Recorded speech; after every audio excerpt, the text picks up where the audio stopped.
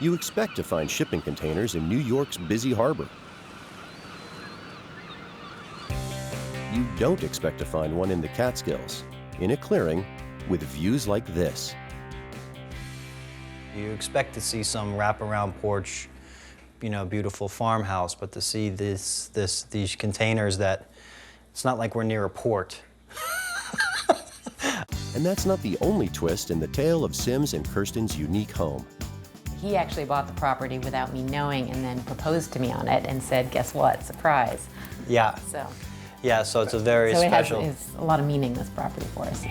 Yeah, that was a risk, but it worked out, I think.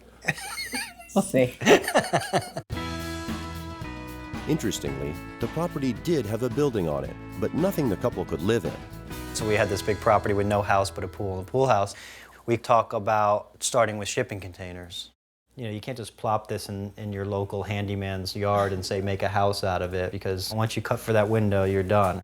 We had this idea of a very simple floor plan of just the two 40-footers. That made for a pretty fast build. From when the containers were craned in and set in place, it was done in maybe a month. One bit of customization they did add has made a big difference to the home's look. We clad the front of the container in it to you can still see the steel through it, but it softens the whole front and adds some dimension so that as you're viewing the house, it's not just one block of metal.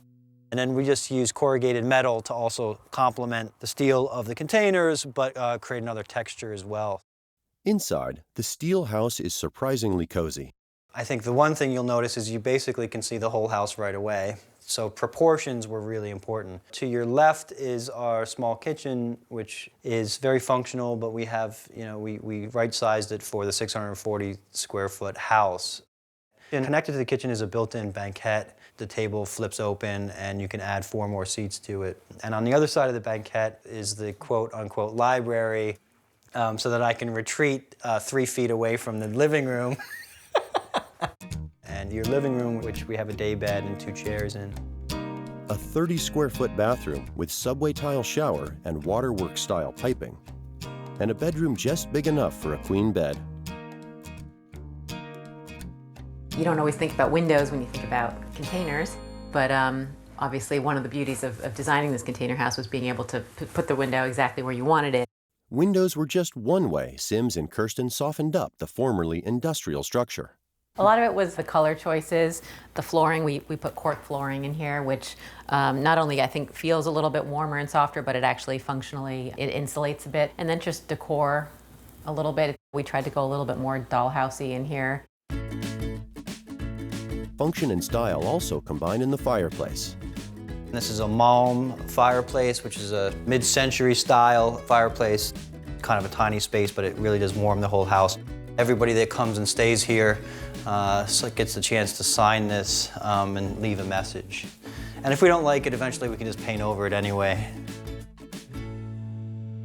We also have big sliding doors that lead out to a large wraparound deck, and so that increases the house size by about 30%. It was certainly a little bit more of a process to imagine how a shipping container could convert into a home, but we loved the process and we loved the result, and we would absolutely do it again, just like this.